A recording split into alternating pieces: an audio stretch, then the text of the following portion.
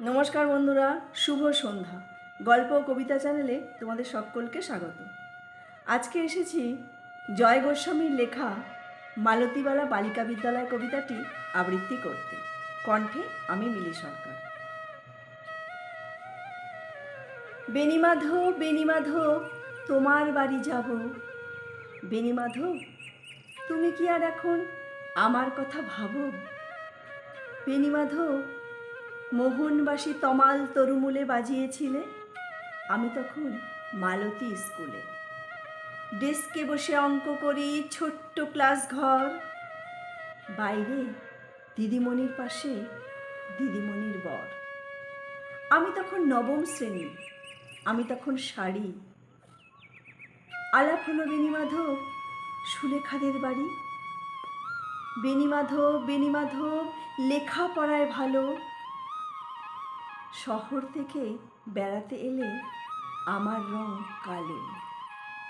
তোমায় দেখে এক দৌড়ে পালিয়ে গেছি ঘরে। বেণীমাধব আমার বাবা দোকানে কাজ করে। কুঞ্জে অলি গুঞ্জে তবু ফুটেছে মঞ্জরি। সন্ধেবেলা পড়তে বসে অঙ্কে ভুল করি। আমি তখন নবম শ্রেণী, আমি তখন 16। ব্রিজের ধারে বেণীমাধব লুকিয়ে দেখা হলো। বেণীমাধব বেণীমাধব এত দিনের পরে সত্য বলো, সেসব কথা কি আজও মনে পড়ে? সেসব কথা কি তুমি বলেছ তোমার ওই প্রেমিকাকে? আমি কেবল একটি দিনই দেখেছিলাম তোমার পাশে তাকে আলোর নিচে, অপূর্ব সে আলো। স্বীকার করি দুজনকেই মানিয়েছিল ভালো।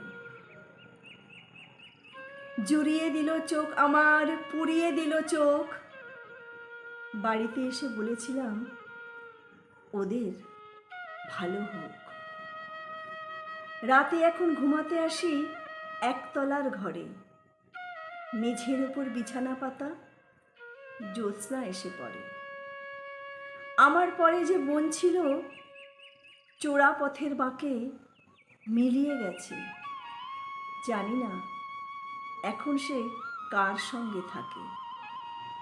আজ জুটেছে, কাল কি হবে, কালের ঘরে শনি। আমি এখন এই পাড়ার সেলাই দিদিমণি। তবু আগুন বেণীমাধব, তবু আগুন জ্বলে কই। কেমন হবে আমিও যদি নষ্ট মেয়ে হই?